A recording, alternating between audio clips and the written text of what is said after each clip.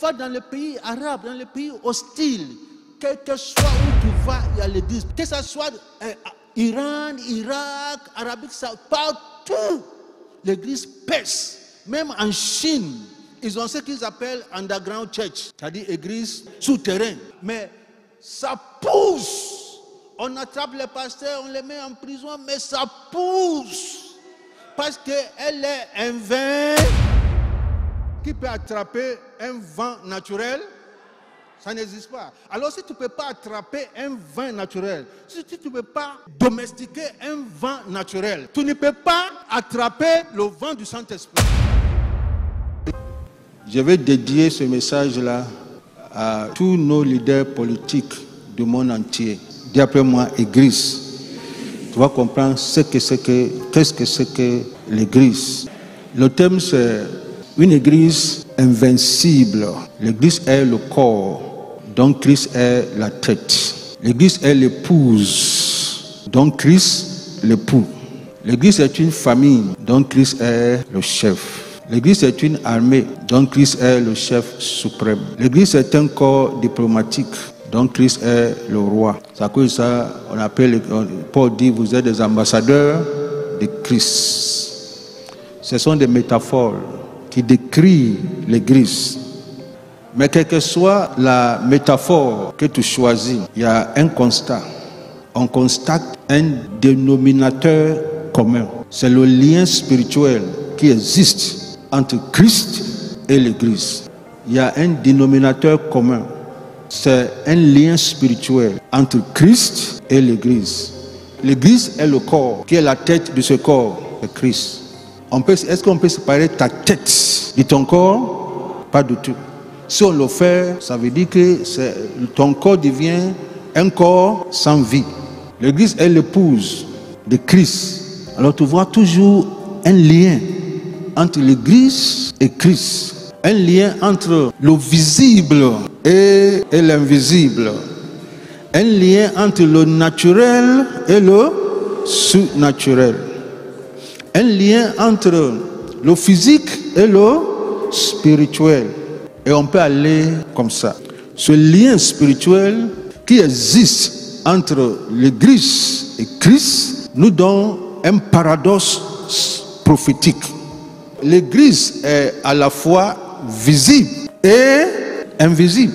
L'Église est à la fois naturelle et surnaturelle.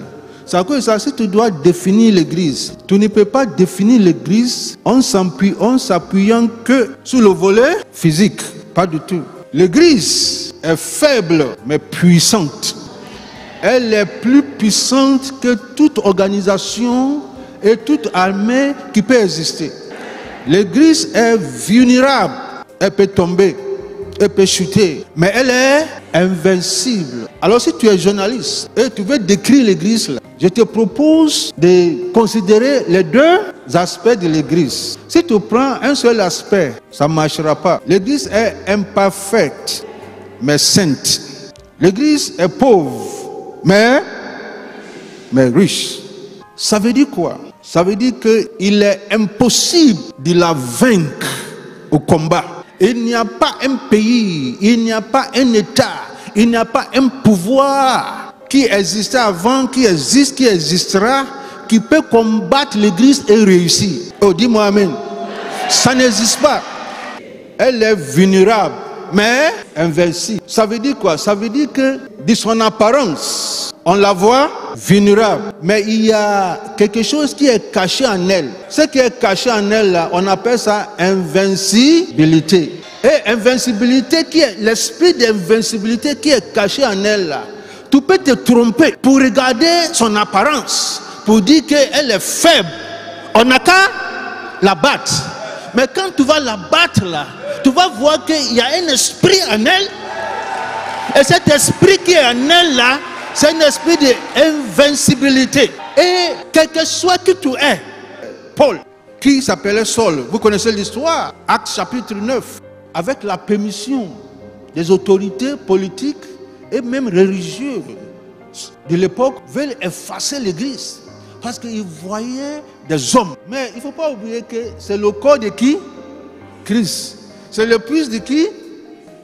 Christ. C'est l'ambassadeur de qui? Faut pas oublier ça. Alors Paul voyait des hommes lambda qui ne représentaient rien, qu'on pouvait effacer de ce monde. Mais Paul seul perdait de vue de l'esprit de, aide-moi, l'esprit de invincibilité caché dans l'église. Une puissance incomparable, inégale, cachée où? Dans l'église. Alors Paul, il s'en va calculer. Sur la rue de Damas, vous connaissez ce qui s'est passé. Qui s'est apparu? Qui s'est apparu? C'est la tête de l'église, c'est l'épouse de l'église, c'est le roi de l'église, c'est le chef suprême de l'armée dont l'église représente. Christ là frappe sur place et il est devenu aveugle en même temps. Mais c'est un homme fort.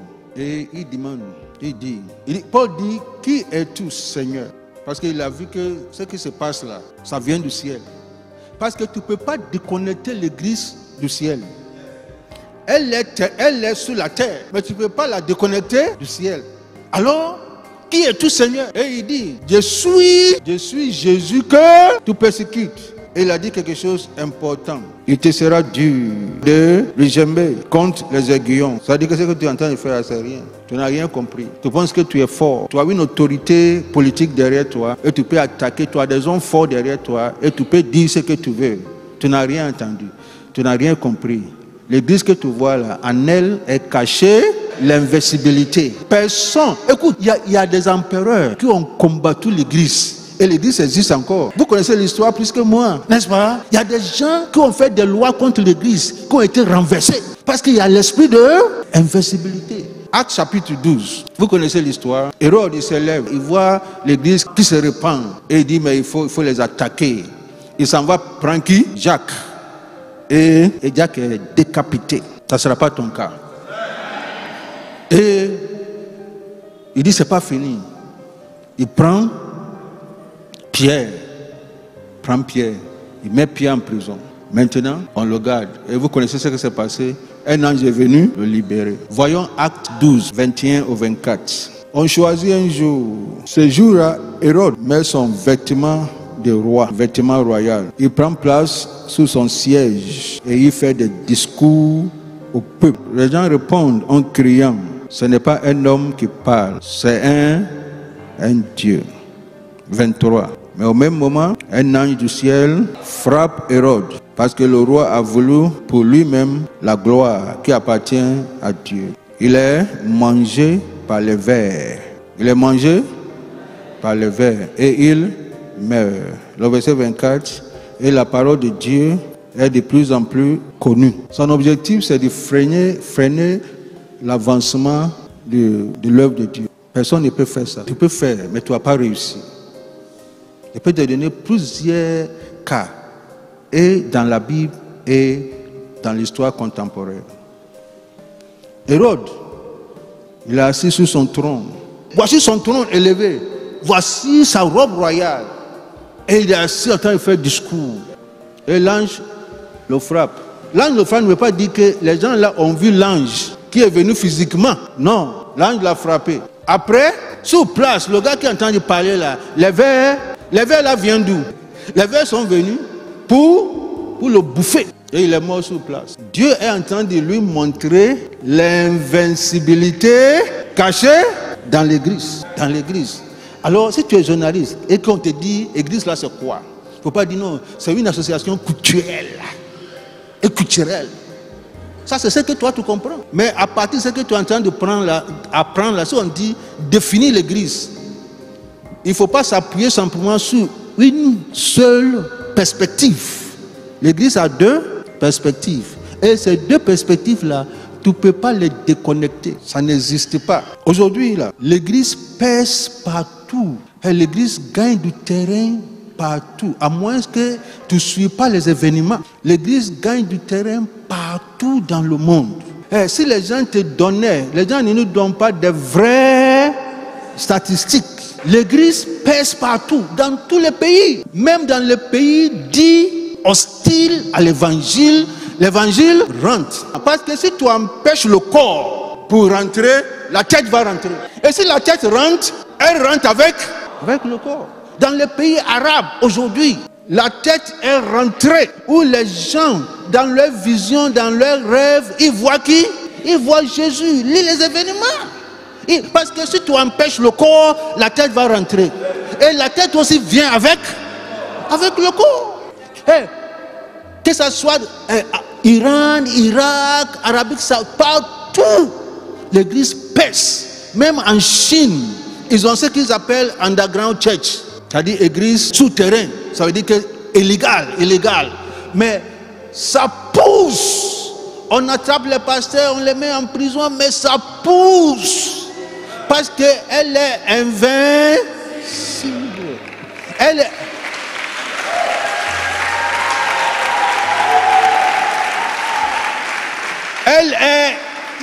est invincible, elle est irrésistible, elle est instoppable. Va aux États-Unis, ils ont percé partout, même en France. S'ils doivent sortir des vraies statistiques, tu vas voir que l'église a pénétré où? Partout. C'est l'avancement de l'église. C'est la prophétie du dernier temps. Dans les derniers temps là, il va couvrir la terre de sa connaissance. Mais comment Dieu peut couvrir sa tête de connaissance? Qui annonce la pensée de Dieu? Qui donne la connaissance de Dieu? C'est qui? C'est l'église, si tu prêt. Va dans les pays arabes, dans les pays hostiles. Quel que soit où tu vas, il y a l'église. Peut-être pour toi, quand on dit église là, c'est bâtiment. En Côte d'Ivoire ici, je ne parle pas même du Ghana. Ghana c'est pire. En Kinshasa, on n'en parle pas. Au Nigeria, ça, il faut laisser ça. En Côte d'Ivoire ici, la grandeur de la croissance de l'église là, c'est pas par les dénominations. Ce sont les jeunes, les petits jeunes. Tu vois dans chaque quartier, ils ont leurs cellules. Va au Ghana, l'université du Ghana, à 3h du matin, le terrain de foot là, c'est rempli. C'est pas organisé, c'est pas quelqu'un qui organise ça. Les jeunes étudiants, ils se lèvent, ils vont là-bas. Ils vont prier jusqu'à 6h du matin. Et ils viennent s'apprêter pour aller à l'école. Ça se parle pas. C'est pas organisé par une église ou bien par quelqu'un. Chacun se lève. Écoute, il y a un réveil parmi la jeunesse. C'est le vent. Dis après moi le vent. C'est pas le vent que tu vois là. Est-ce qu'il y a quelqu'un ici qui peut attraper un vent naturel? Ça n'existe pas. Alors si tu ne peux pas attraper un vent naturel, si tu ne peux pas confisquer, domestiquer un vent naturel, tu ne peux pas attraper le vent du Saint-Esprit. Ça veut dire une perte de temps. Tu ne peux pas arrêter le vent du Saint-Esprit. Personne ne peut arrêter le vent du Saint-Esprit. C'est partout. Va à Yopougon, tu vas voir. Toi, tout ce que tu vois, c'est les maquis. Nous là, quand on va à Yopougon, ce n'est pas les maquis, on compte. On compte les petites églises dans les petits coins là. On fait venir les pasteurs là et on les forme. On dit ce que vous faites là. Nous tous, on a fait ça aussi. La plupart d'entre nous, il faut imaginer 30 ans en arrière, 40 ans en arrière, 20 ans en arrière, quand tu étais jeune. Imagine-toi. Est-ce que c'est quelqu'un qui te dit d'aller évangéliser? Est-ce que c'est quelqu'un qui te dit d'aller prêcher? C'est le feu du Saint-Esprit. C'est la flamme. Et cette flamme-là, personne ne peut l'atteindre. Personne ne peut l'atteindre. Cette flamme-là. C'est ça. Il ne peut pas comprendre. Mais c'est le feu. C'est le feu. Tout le monde dit c'est le feu. Qui peut éteindre le feu du Saint-Esprit? Dis-moi. Qui peut éteindre la flamme du Saint-Esprit? Qui peut domestiquer, confisquer le vent du Saint-Esprit? Personne. Personne.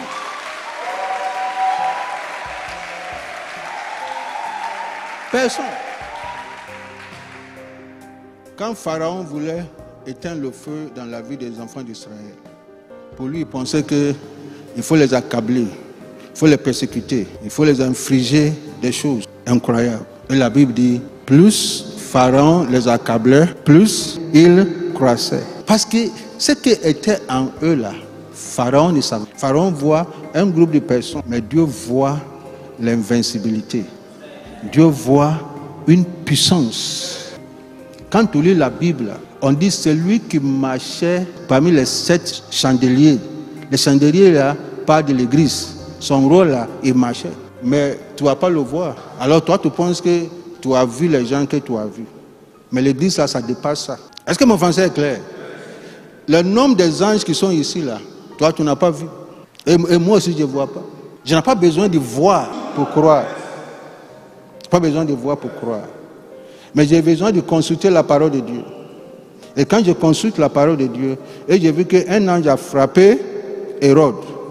Et j'ai vu que quand ils jetaient Shadrach, Meshach et Abednego, un ange les a dévancés dans le feu. Et je vois que quand Pharaon venait attaquer Israël, l'ange qui était devant là, il s'est déplacé pour venir derrière. Alors, Pharaon ne voit pas ange. Israël même ne voit pas ange. C'est à cause de ça, si tu veux décrire l'église là, il faut décrire l'église de ce que tu vois et de ce que aussi tu ne vois pas. Un jour, il y a un gars dans le quartier, il m'a posé la question, mais pasteur, je ne comprends pas. Quand vous partez à l'église, qu'est-ce que vous faites? J'ai dit, nous on prie, on loue Dieu, et je prêche, et je bénis le peuple. Il dit, c'est tout, il dit, c'est pas vrai. Sans savoir qu'il avait quelque chose. Il avait un autel. Chaque fois, l'autel là se renverse. Et quand on prie, ça dit là où l'autel est là, ça se sépare. Il m'a même convoqué au commissariat. Et quand on allait au commissariat, il a expliqué ces choses. Moi, j'ai compris. Et je lui ai dit que ça, c'est pas nous. Mais toi, ta maison est loin, nous, on est ici. Comment prier de quelqu'un peut déranger? Il dit, c'est toi. Il dit, c'est toi. Et le policier même dit, pasteur, ça là, nous, on ne peut pas gérer ça. On ne peut pas gérer ça. Ça là. Et le policier là l'a appelé du côté. Le policier là lui a. Je ne sais pas qu'est-ce que le policier lui a dit. Mais quand il est sorti, il a changé. Et après, on est devenus amis. Avant qu'il ne déménage là, il a déménagé. C'est sa maison même qu'il a construite, mais il a fait louer, il a déménagé. C'est ça, il m'a demandé, qu'est-ce que vous faites dans l'église? J'ai dit non. Nous, quand on vient là, toi, tu peux venir voir dimanche. Nous, on vient, on loue Dieu. Après, je prêche, on fait annonce. Et on a fini. Il dit, c'est tout. Il dit, c'est tout. Il n'y a rien à faire. Vous ne priez pas. Il dit, on prie. On prie. Mais quand vous priez là, comment vous faites? Il dit, ah, nous, viens voir. Et tu vas voir ce que ça peut.